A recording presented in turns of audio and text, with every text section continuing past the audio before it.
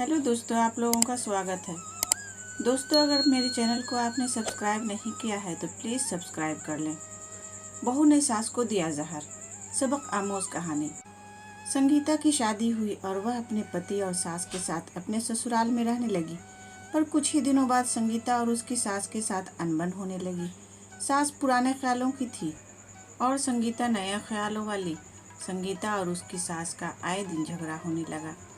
दिन बीते, महीने बीते, साल भी बीत गया।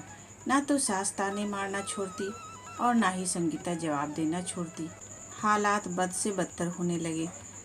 संगीता को अब अपनी सास से पूरी तरह नफरत हो चुकी थी। संगीता को उस वक्त बहुत खलता था जब दूसरों के सामने अपनी सास को सम्मान देना पड़ता। अब वह किसी भी तरह सास से छुटकारा पाने की सोचने लगी। एक दिन जब संगीता का अपनी सास से झगड़ा हुआ और पति भी अपनी माँ का ही पक्ष लेने लगा, तो वह नाराज होकर मायके चली आई। संगीता के पिता होम्योपैथिक के डॉक्टर थे।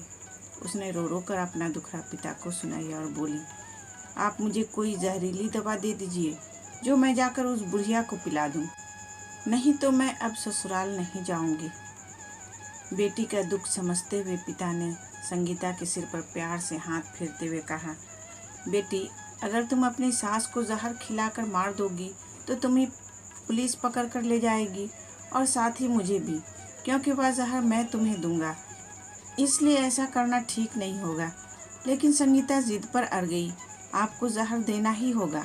अब मैं किसी भी कीमत पर उसका मुंह देखना नहीं चाहती।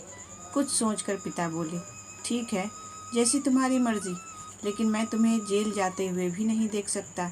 इसलिए जैसा मैं कहूँ वैसा ही तुम्हें करना होगा। मंजूर हो तो बोलो, क्या करना होगा? संगीता ने पूछा। पिता ने एक पुड़िया में जहर का पाउडर बांधकर संगीता के हाथ में देते हुए कहा, तुम्हें इस पुड़िया से सिर्फ एक चुटकी जहर रोज अपनी सास के खाने में मिलाना है। कम खुराक होने से वह एकदम से नहीं मरेगी, लेकिन धीरे धीरे अंदर से कमज़ोर होकर 3 से 4 महीनों में मर जाएगी। लोग समझेंगे कि वह बीमारी की वजह से मर गई। पिता ने कहा, लेकिन तुम्हें बेहद सावधान रहना होगा ताकि तुम्हारे पति को बिल्कुल भी शक न होने पाए, वरना हम दोनों को जेल जाना पड़ेगा। इसके लिए तुम आज के बाद अपनी सास से बिल्कुल भी झगड़ा नहीं करोगी, बल्कि उसकी सेवा करोगी। अगर वह तुम्हें ताना देती हैं तो तुम चुपचाप सुन लोगी, बिल्कुल भी जवाब नहीं दोगी। बोलो, कर पाओगी ये सब? संगीता ने सोचा, 3-4 महीनों की ही तो बात है, फिर तो छुटकारा मिल ही जाएगा। उसने पिता की बात मान ली और जहर की पुड़िया लेकर ससुराल चली आई। ससुराल आते ही अगले ही दिन से संगीता ने सास के खाने में एक चुटकी जहर रोजाना मिलाना शुरू कर दिया। साथ ही सास से अच्छा सलूक भी करने लगी। अब वह सास के किसी भी ताने का जवाब नहीं देती, बल्कि अपने गुस्से को पीकर मुस्कुराते हुए सुन लेती। रोज़ सास के पैर दबाती और सास की हर बात का ख्याल रखती। सास से पूछ पूछ कर उसकी पसंद का खाना बनाती, उसकी हर आज्ञा का पालन करती। कुछ हफ्ते बीते बीते सास के स्वभाव में भी बदलाव आना शुरू हो गया। बहू की ओर से अपने तानों का जवाब ना पाकर सास के ताने अब कम होने लगे थे, बल्कि वह कभी कभी बहू की सेवा के बदले दुआएं भी देने लगी थी। धीरे धीरे 2 महीने बीत गए। संगीता सास को रोज़ एक चुटकी जहर दे रही थी, लेकिन उस घर का माहौल अब एकदम से बदल चुका था। सास बहू का झगड़ा पुरानी बात हो चुकी थी। पहले जो सास संगीता को गालियां देते नहीं थकती थी, अब वही सास आस पड़ोस वालों के आगे संगीता की तारीफों के पुल बांधने लगी थी। बहू को साथ बिठाकर खाना खिलाती और सोने से पहले भी जब तक बहू से 4 प्यारी भरी बातें न कर ले, उसे नींद नहीं आती थी। चौथा महीना आते आते संगीता को लगने लगा कि उसकी सास उसे बिल्कुल अपनी बेटी की तरह मानने लगी है।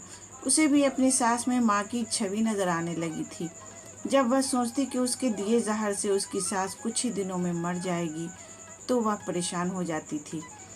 इसी फिक्र में एक दिन वह अपने पिता के घर जा पहुंची और बोली, पिताजी, मुझे उस जहर के असर को ख़त्म करने की दवा दीजिए, क्योंकि अब मैं अपनी सास को मारना नहीं चाहती। वो बहुत अच्छी हैं और अब मैं उन्हें अपनी माँ की तरह चाहने लगी हूँ। पिता ठहाका लगाकर हंस पड़े और बोले, जहर? कैसा जहर? मैंने तो तुम्हें जहर के नाम पर हाजमे का चूर्ण दिया था। तो दोस्तों उम्मीद करती हूँ ये कहानी आपको पसंद आई होगी। इस कहानी पर आपकी क्या राय है हमें कमेंट करके ज़रूर बताएं। कहानी पसंद आई हो तो लाइक और शेयर करना बिल्कुल भी ना भूलें। और चैनल पर नए हो तो चैनल को सब्सक्राइब ज़रूर करें। कहानी पूरा सुनने के लिए आपका बहुत बहुत धन्यवाद दोस्तों।